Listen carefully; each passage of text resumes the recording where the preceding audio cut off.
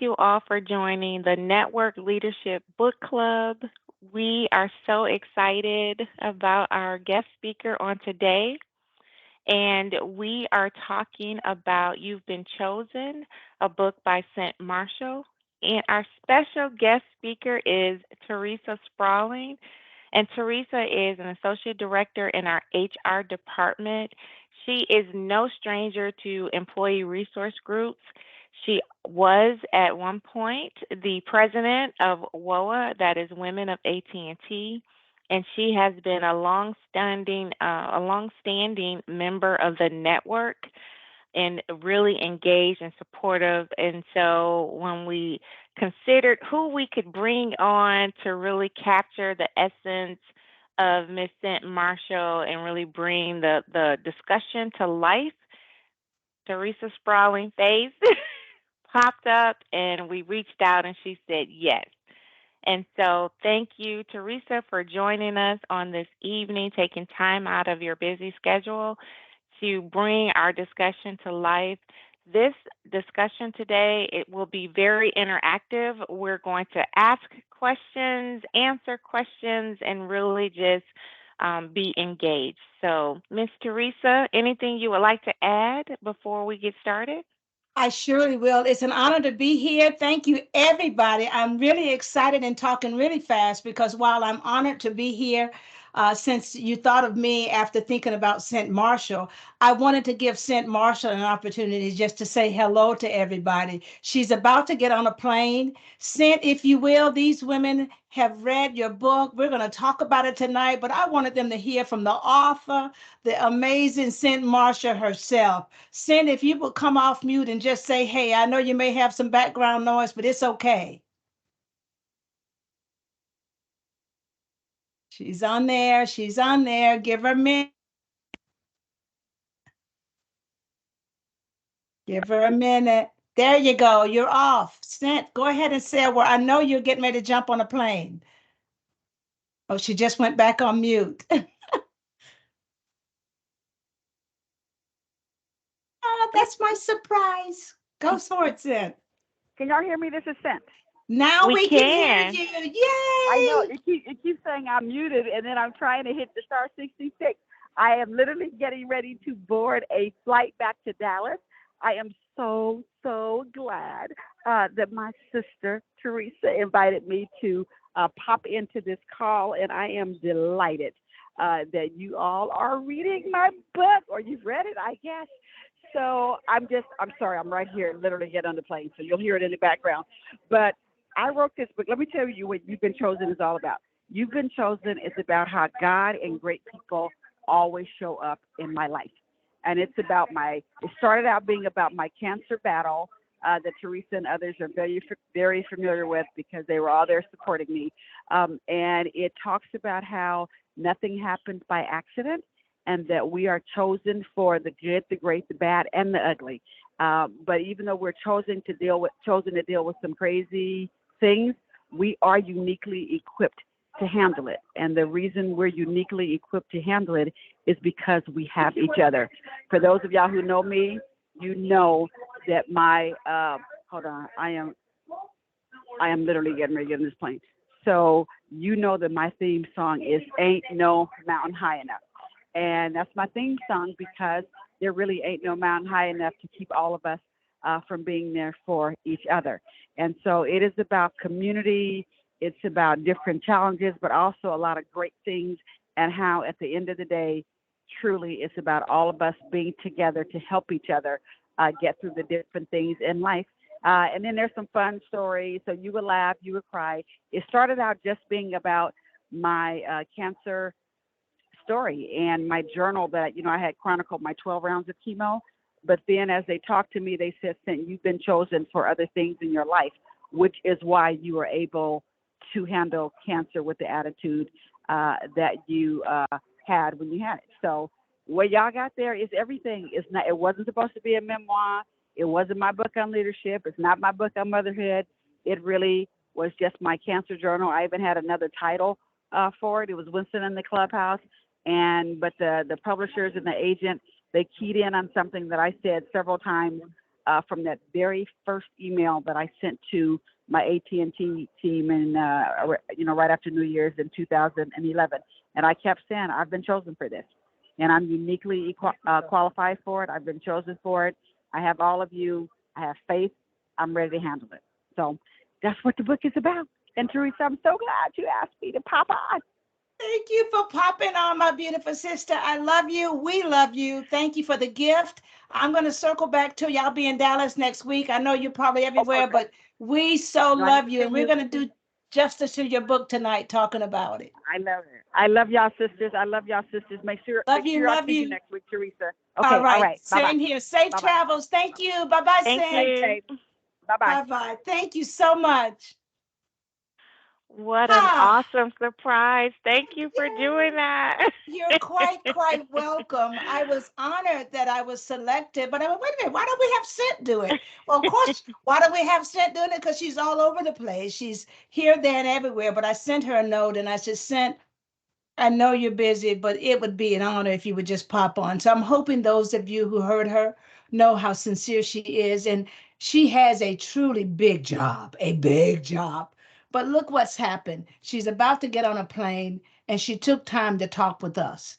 And it's to lift us up and to not promote a book. It's so it's done doing what it needs to do, Mhm. but just to show that whole level of sisterhood. And I'm hoping somehow this discussion we have tonight will help us rally even more in terms of being sisters, because she committed to being my sister in Christ and sister in support and sister in family. And we need that so much. And hopefully we can embrace, build a bigger circle with us being sisters as well. So thank you. Amen. Thank you. All right. Well, we're going to jump into our first question, and it states the title of chapter 2 is It's Not Where You Live, but How You Live. Scent shares how her mother poured into her and her siblings to create structure and instill values in them. And this three-part question, can you share who that person was for you that poured into your life and what it was that they poured into you and how you have carried that through your present day life? Oh, wow. Thank you for that question. Earlier, I was talking about my big mama. She's first. That she's the role model in terms of what grace looks like and what being a lady looks like. She poured into me a couple things. I didn't even know the Lord, but thank God he knew me. But I would hear my big mama just sit. And when I say big mama, she's your grandmother who could overrule your mother. And she was she knew the Bible inside and out. She could thread a needle at the age of 90. And even right now, if you put my life depended on me threading a needle, I would need several hands. But she lived her life based on God and family. She instilled in us to always tell the truth, even when it hurts. And she also instilled in us to do unto others as you would have them do unto you. And so, even there are times in my life I would think selfishly motivated by, hey, wait a minute, I want to do this. It's about me, me, me, me, me. I could hear Big Mama in the background saying, do unto others as you would have them do unto you. And I learned in my life through that the best way to get what I need is to help others go get what they need. Mm. And so I lived by her. She died at the beautiful age of 99 years old, full head of hair, full set of teeth, with the Lord on her heart. And I am certain she's in heaven looking down and thanking God for at least allowing her to gift us with the word. So I know that sounds old fashioned, but I live by it. I stand by it. Listen, nothing is better than standing on the word. That is not old fashioned, that is life. Another point that Cent shares is her mother would collect their report cards and review them together, which set the expectation for excellence. What approach have you taken to set the bar or the expectation for excellence with your team, with your family? Oh, wow. I will tell you, I'm hoping I don't represent this anymore, but there is a little bit of her still inside of me. I grew up in the projects, Chicago, South Side. And it's pretty hard. It was pretty hard growing up in that environment because I always knew. Have you ever been in a situation you always knew you don't really belong there, but you were Mhm. just there? That's the way we were. And my mother lived that way. We were in the projects, but we received monthly best yard of the month, cleanest house in the projects, this and that. And so I learned not to be of my environment. I wanted to be something different, not better than anybody else. I just knew we didn't belong. And so it was instilled in us that education was key. I have multiple degrees right now because at a certain point, I realized how many more degrees do you need? But that was our ticket out of the projects. And when you know better, you get to do better. And that's what we did.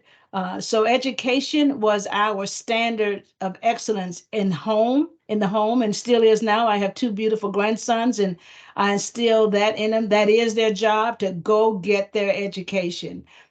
For a team, I say excellence is we if we have to lead. The one thing I guiding principle I offer, and I try to represent this too, is to leave a place better than I found it.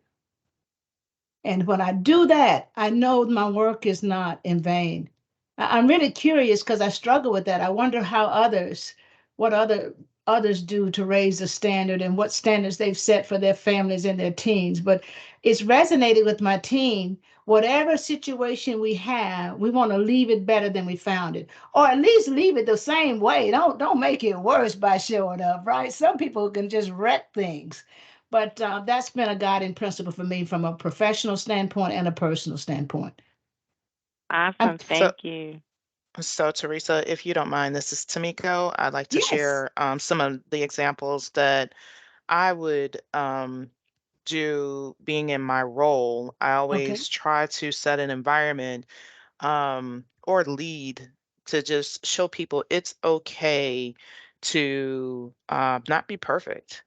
Ooh, Um, it's okay to learn from lessons. It's okay to exhibit what you did and what you learned out of it, to just create that so people feel that they're safe, that it's okay to be forward, be transparent. And, in hindsight, it helps to develop the relationships with people too. And I don't always get people that are forthcoming in the presence of a team setting. Oftentimes, people they'll just start like peeling off and coming to me one on one. And once they get to that comfort level, it starts coming out in a much broader setting. So that's something that's that I always try and do. that's Thank you for powerful. sharing. Thanks. Yeah, thank you, Tamiko, for sharing. Anybody else wants to share? I'm happy to learn as well because I think I'm more of a textbook case on what not to go do because I have become the leader that I didn't have. I've become the sister I didn't have. I've become the boss I didn't have. I used to have a boss who always played with my money, who never gave me feedback. I try to deliver feedback and I realize that it's hard. People don't like giving feedback, good or bad. For some reason, it's awkward, but I seek it out. Like I'll ask for that now. But I've learned to be what I didn't get, such that others can have an opportunity to grow faster than I got a chance to grow. That's phenomenal. I also think you need to lead by example. I remember my daughter was in preschool and she would come home with just bald spots in her head. And one day I was watching her do her homework, and if she drew outside of the line, she would get frustrated and pull her hair out. And I'm like, oh my God. And so I showed my husband, and we just started coloring, and we would color outside the lines, and we would, put stars on the paper and hang it up on the refrigerator, like, oh, that's so awesome. And she's looking at us like, that is not awesome. But we had to show her it was okay to go outside the line, and if you did, it's not the end of the world. And that took so much pressure off of her. and she was able to then, make a mistake and not pull her hair out. Um, Wow. and then the same thing with at work, right? It's you made a mistake, you're not the mistake. And I think when people feel comfortable with being able to make the mistake and course correct and you not, come down on them, but just provide that coaching and development, then they're able to really feel comfortable and trust that you're for them and not against them. Yeah. And that's hard because you know what? It's something I think women struggle with more than men, allowing others to be excellent alongside of them and in front of them and behind them. We tend to think it's got to just be one of us or two of us. And I'm rolling my eyes over at Tamiko because she knows how to do something good. Or I'm trying to dim DeWanda's light because she might be outshining me. Oh, you didn't ask me what makes me sick, but that's one thing that sickens me about some of our behaviors. There is enough room out there for all of us to shine. There's a universe out there big enough to handle everybody's light, no matter how brown, how brightly it shines.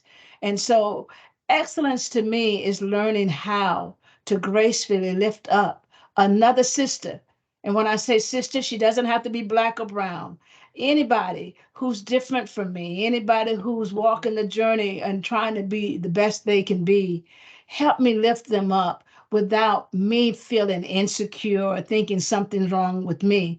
Let me help them get what they need. And in turn, I can learn from that journey. And if God's blessing them, I know He's in the blessing business, so why not me next? That's something I really wish I could change for the world because we seem to do so much of that tearing down when you see excellence happen as if it's going to stop you too from being excellent. No, learn from it, grow from it. Stop rolling your eyes at each other, ladies. We gotta stop that. I see so much of that. Mm, I Yes. think I digressed a little Um, bit, but that's my real feeling, okay? I, I was gonna say my name is Devidra Williams, and I want to kind of piggyback on what you said. What I learned in my last few years in my career at AT&T, and it was actually from male managers, believe it or not, is the skills that I was being taught as I wanted to progress and I wanted to get better, and they were teaching me. The one thing that I took from both of them, Vincent Valdez and also David Williams, he was my mentor about 2 years ago. And what they taught me was what I have poured into you, you now have to go pour that into someone else. And so for me, my career isn't just about climbing this ladder or having a certain amount of money. It's what did I do to make this company better? Who did I reach out to? Who did I pour into? Because ultimately, at the end of the day, I can't take money with me. I can't take any, degrees that I've gotten. But when I'm gone, what story will be told about me? And so that's really what resonates with me.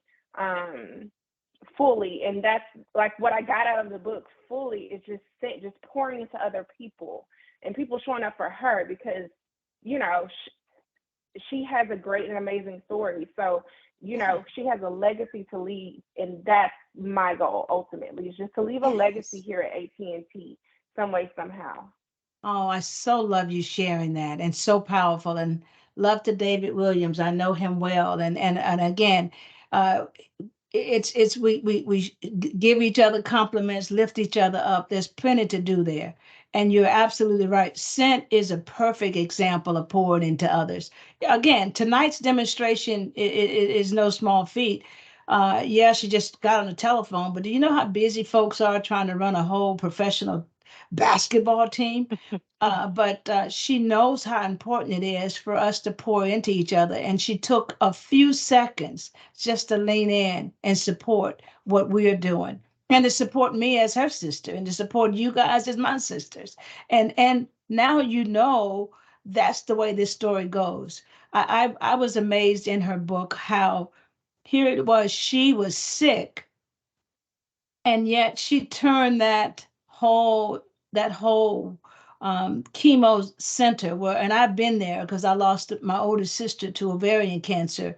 It does feel it's so quiet, you don't want to say anything.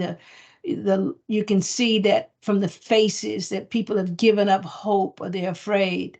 The fact that Scent would bring in food and make it almost like a party, understanding what everybody was going through, that the poison that was going into their bodies was either going to save their lives or kill them, you know. But she lifted that up. She didn't focus on her. She focused on making others happy. And that is a standard of excellence. Focus on doing what you can right where you are with just what you have. I used to say, when I get promoted, I'm going to go do this. Or when I get more money, I'm going to go do this. I can do those things right now, maybe not on the grandiose scale as I would do otherwise, but I can still do them. That's my measurement for excellence, and that's my measurement for moving forward and supporting somebody else along the way. Thank you for that. Yes, thank you. That was powerful. And I hear love like all in that, right? And God is love. And so Sent shares that she gets her anchors of love and faith from the words of Psalm 91. Mm. Whoever dwells in the shelter of the Most High will rest in the shadow of the Almighty. I will say of the Lord, He is my refuge and my fortress, my God, in whom I trust. It's just a couple of verses. So I'm going to ask Teresa a question, but think about your favorite verse or um, your favorite saying that you would like to share with us. So, do you have a favorite Bible verse or something that you like to say that anchors you and keeps you going? Yeah, I definitely want to hear from others what their favorites are because I tell you, we can't. The Bible, and of course, in some settings, you just have to say the good book because it might not even be appropriate to say the Bible. But I believe in the Bible. I believe in a higher power. One, I have two real favorites. The 23rd song is my absolute favorite, and you all know how that goes. The Lord is my shepherd; I shall not want. He maketh me to lie down in green pastures. He leadeth me beside the still waters. He restoreth my soul. He leadeth me in the path of righteousness for his name's sake. Yea, though I walk through the valley of the shadow of death, I will fear no evil, for thou art with me. Thy rod and thy staff, they comfort me. Thou preparest a table before me in the presence of mine enemies. Thou anointest my head with oil, my cup runneth over. Surely surely goodness and mercy shall follow me all the days of my life, and I will dwell in the house of the Lord forever. I used to fear death until I started embracing this scripture that I know even though I'm alone, I am not lonely. God is forever with me. And that pushes me through my fear and my doubt and my uncertainty. So that one I wear daily, the 23rd song. And there's one more. Um, my daughter used it as a scripture for when during her wedding. In fact, it was read First Corinthians 13:4 and 5. I may butcher this one, but you know, the one that says love, you talked about love, D. Hmm. Love is patient, love is kind. It does not envy. It does not boast. It is not proud. It does not dishonor others. It is not self seeking. It is not easily angered. It keeps no record of wrongs. I needed to have embraced that one when I was married. Of course, I ended up divorcing, and I now realize words hurt. You should be slow to anger. Love does conquer all. Even when somebody else is acting a fool, you don't have to get with them, girl, and go set it straight. You can behave with grace and show love. So those are two of my favorite. And when you say anchor me, those the First Corinthian one gets me still and refocused. And the 23rd song gives me the courage I need to keep pushing through. I'm interested in hearing what others find um, comforting to them or uplifting to them. I might adopt that as well. And this is Bonita. I have to say, I love Psalm 23. That was the first one I ever memorized because I don't memorize a lot of them. but that was the one for me. And then I also love Proverbs 16:18. Pride goes before destruction, a haughty spirit before a fall. It's a it's a reminder to always be humble and to always extend grace because you never know someone's circumstance. Wow. Thank you for sharing that. That's beautiful. I just wrote that one down. I'll read that before I go. And I got to tell you, and it has nothing to do with growing older. I just now know the meaning of these words. It's powerful. I pray a lot more. And then, of course, I give the pandemic credit for me being a better prayer. I got on these knees praying, okay, But I during think the it's also our pandemic. churches have changed because growing up Baptist and the Bible was read to you and you were never taught to pick it up yourself And and read read it. it. Yes, But now we're yes, so much more into it. So you know what? Hold up. I can't trust you. Let me read this for myself and Yes. understand it. So Hey, this you're absolutely right. Thank you for that. mhm. hi ladies. This is Rachel I Ruby, and I resonate with all of the verses, but being raised as a young Catholic, I think I might be a little bit different. Maybe there is some other unique person that matches my belief. So, the Lord is my shepherd is a plaque that we have very large in our home. So that's something that's always in the forefront of my mind. But I'll tell you a little brief, quick story. So everybody knows about Hurricane Katrina. And my family and I, we're from New Orleans, and that hurricane shifted many people's lives and shifted in a way that you would not even imagine. And I will never forget working for AT&T. The company was magnificent and supported me through the last 9 months of my life from Hurricane Katrina. And there's a rosary, and I don't know if everybody's familiar with a rosary. It's a necklace or beads, or it's prayer beads, and it has a cross, and then there's so many beads to a string, and then there's one in the middle, so it's a very long litany of beads that you wear. And after Hurricane Katrina, we were located in Fort Worth, Texas for 9 months. And I went in Irvine, Texas, and went to the flea market. If anybody's familiar with that big, huge flea market over there, and there was this little white gold rosary, and it was a necklace.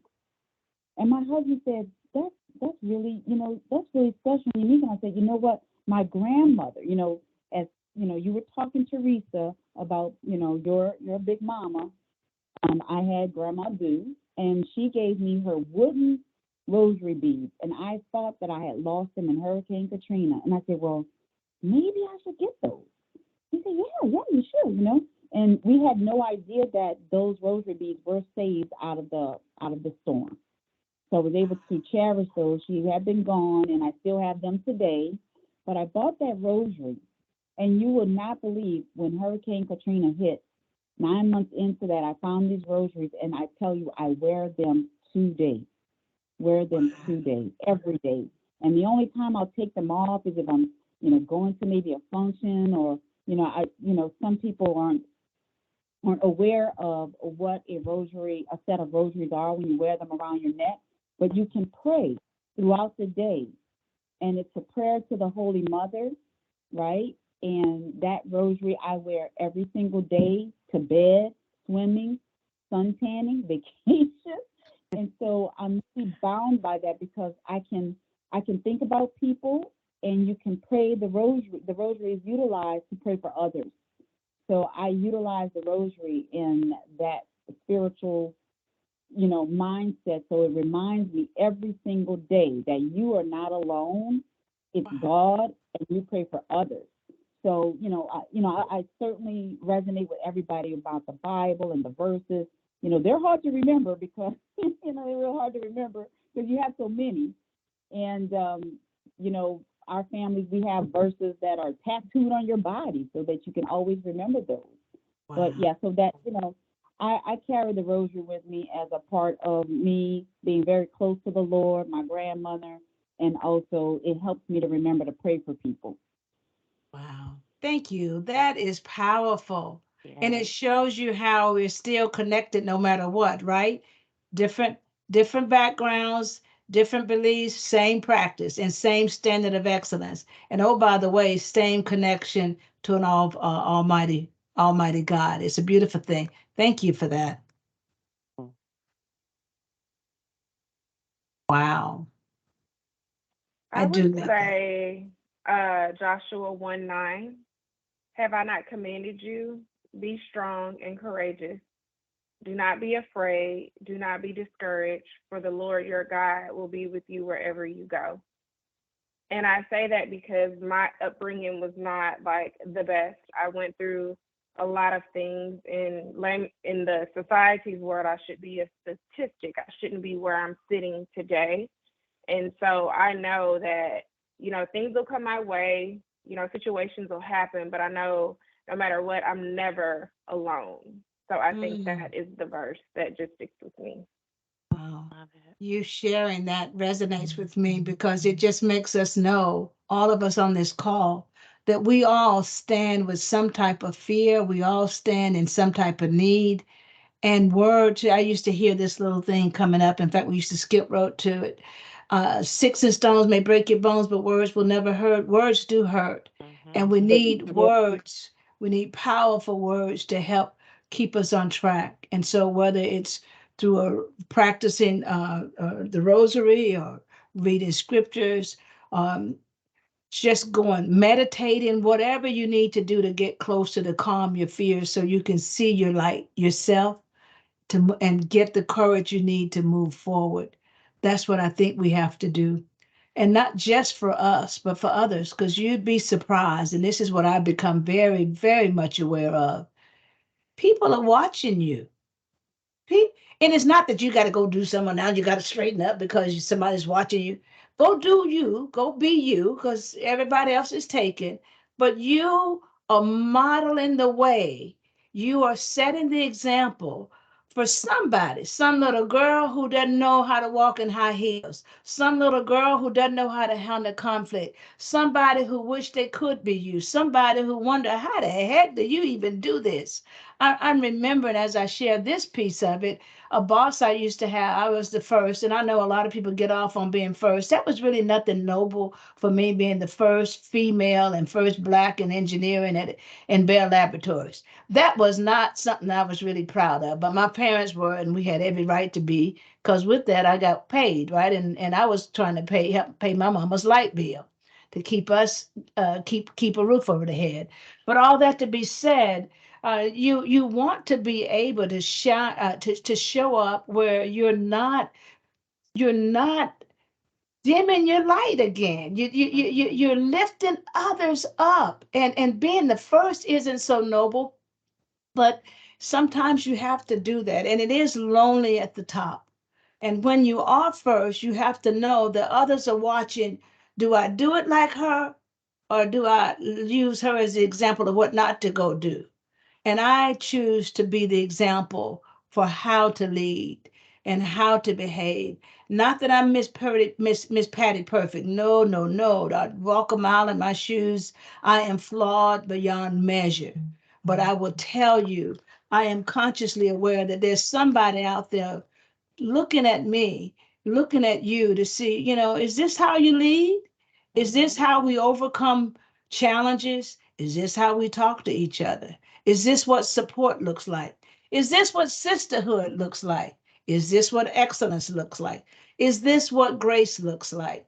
I'm just reminding you to be very aware that others are watching you. Most will never say a word, but they are watching you. Thank you for that. Anyone else? Somebody put in the chat, yes, it is. Thank you. Thank you. I Oh, love my it. Lord. Okay. Yeah, I did pull up one, and this is in Second Chronicles 20:17-22. You will not have to fight this battle. Take Mm, up your position, stand firm, and see the deliverance the Lord will give you. Judah and Jerusalem, do not be afraid. Do not be discouraged. Go out to face them tomorrow, and the Lord will be with you. And but I this scripture is just there that whenever you get into a situation where you might feel like your back is up against the wall, you just say, Lord, I need you to be with me, during this situation, during this battle. Wow. Wow. And Powerful. Thank you for that, it Joyce. it, it, Mm. I'm shaking my head. And I had the honor of being with Joyce to this past week. Joyce, thank you for that. We were in I'm digressing, Dee, and I hope you give me grace to do Oh, that. We yeah. were honored to be in DC to witness our very own Michelle Jordan, our Chief Diversity Officer, be recognized among US Black Chambers top power 50 women. So they recognized 50 of the most powerful women they knew in the nation, and Michelle Jordan was one of them. So Awesome. it was a pretty awesome experience, right, Joyce? oh, absolutely, absolutely. You just get so much energy being in a room like that, seeing what all these women have accomplished and what they've faced. And I stand up with Michelle, just to see her in that group and for her to lead us. So it was wonderful. Awesome. Thank you Awesome. for Thank that. you And for thank you for sharing coming. that. Yes. Anyone else? Minerva placed a note there. I'm going to give, I think she's gone to another meeting, but I'm she, here before I go to my hey, life group meeting. I just want to say how so much I was just enjoying this. The conversations of success with and struggles in the sisterhood, but knowing where our faith and everything lies to get us through our opportunities. Teresa, great job in bringing Cynthia in. I'm always proud when I hear your voice out here leading the charge. I'm so proud of everyone. So I did leave my note. Another gem, a great engaging moment for our life necklace. And so I'm walking away with a big pearl. I have a diamond today from this conversation. So now I got to go to my life group and continue the conversation about how great God is. So um, everyone have a beautiful evening. awesome. Thank And you for that's those thank words. you, Minerva. And Thank you. Minerva is the example, is the epitome of sisterhood. Yes, I she could, is. she is the epitome of sisterhood. She'll do things not for recognition. She'll do things not because she's trying to be right. She just wants to do right. That much I know about that beautiful soul. Thank you, Minerva. Thank Thank you. Everyone have you. a good evening. Bye You too. bye. Awesome leader. And Bye-bye. another thing.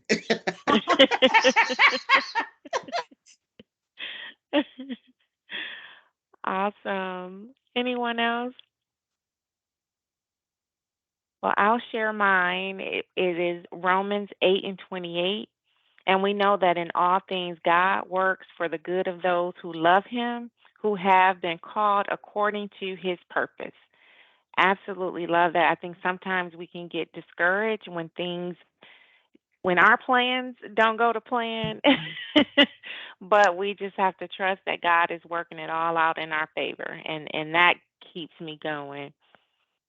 Um, so when we talk about being positive, right? Cinch shares that she sets her intention on the can and the word cancer. Rather than acknowledging the whole word and what it means, she made an intentional decision to do what she can despite the obstacles. Do you have a word that you go to in the time of trials to focus on the positive, to be intentional? Oh, wow. Yes. Yes. Yes. That's my word. Yes. I have heard so many no's in my life. I vowed when I became a wife, when I became a mother, I was going to offer up some yeses to somebody. Okay. I heard more no's as a kid than I think the law allowed. And so as a mother, I made sure I raised my daughter um, understanding that yes was possible. And I would tell her yes, but not right now. Something, but I was very, and I'm very intentional now in saying no. Now, not being able to say no, ladies, will get you in trouble. Okay, if you don't know how to say no and you overcommit and underdeliver, now your brand is at stake. And that's not what I'm talking about. I'm saying I wake up thinking, what is possible? And yes gets me there. When I say yes to change, I can embrace downsizing. I can embrace a different job. I can embrace something that a decision that I perhaps would not have made, but I start to look for where the sweet spot in it is. It. I was told this was a joke. I didn't realize it was a joke, but my dad used to say he loved the way I behave. I had this optimistic attitude that um, if I had the look of, let's see, looking for something. He said if I there was manure all around me, and of course he wasn't as graceful and politically correct. If that's all around me, I will continue to dig through it because he knows that I am looking for the pony inside. That there's got to be a pony in there somewhere. Can't be all this stuff out here. And so it taught me tenacity to kind of get inside and dig in and look for there's something good in it. We just shared these powerful scriptures where God is present. It has to be good. Even through the pain, it has to be good. So I look, my word, I wake up daily is yes. And I look for what's good going to happen today. There's a yes out there for me. And that's why I excelled in sales. I customers would tell me no, but I knew if I heard enough no's, I was going to eventually get to a yes because it's a numbers game. And that did happen. So that's what I'm intentional about. Yes, I want to be yes in somebody's life. I want to be yes in somebody's solution. I want to be yes in somebody's hopes and dreams. Absolutely love it. My word is wonderful. I love wonderful. Fun fact, I always say wonderful if you ask me how I'm doing. And with my name being DeWanda, I remember in 2001, one of my coworkers said, "You are always wonderful. Every time I ask you, you're wonderful and you do a wonderful job. I'm going to just call you DeWonderful." And that nickname has stuck these 22 years throughout my career here with AT&T. So wonderful is my word. And people have told me when someone called them and they ask them how they doing and they say wonderful, they think they're talking to me because the person said wonderful. So that's just how much I say wonderful. And if you don't know me, if you get to know me, you will hear me say wonderful all the time. That is my word. I so love that, DeWanda. And you are wonderful. Who else has a word out there? I got it. So I'm saying yes. DeWanda is wonderful. Give me a couple more and I'll be all right tonight.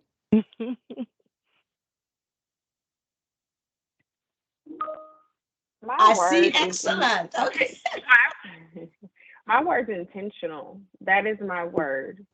I'm going That's a to be good one. intentional with everything that I do. I'm going to choose to shift my attitude no matter what the day is. I think when you focus on being intentional in the moment, thinking things through, it really will change your mindset for the better. So for me, it's just intentional. I'm going to be intentional about any opportunity. I'm going to be intentional about my health, about my children, about my husband, and the things that I do that affects them and our legacy. So intentional is my word. Oh, Love I so it. love that. Wow. Yeah, Oh, I like my word is hopeful. sunshine. Yeah, my word is sunshine. And the reason that I say it's sunshine is because I may not say sunshine, but in my mind, mentally, I have to bring sunshine to people. Because we have so many gloomy days, your career milestones in your life, they may not be bright and sunny. But I think we our heart in order for us to make things bloom, make people happy, put a smile on your face because sometimes that sunshine is not bright. It's just that you're there to really embrace someone, because sun always embraces me. I'm born in August, so I love sun. And people are like, "Are you born in August? It's too hot for that." But I think that if you have sunshine in your life,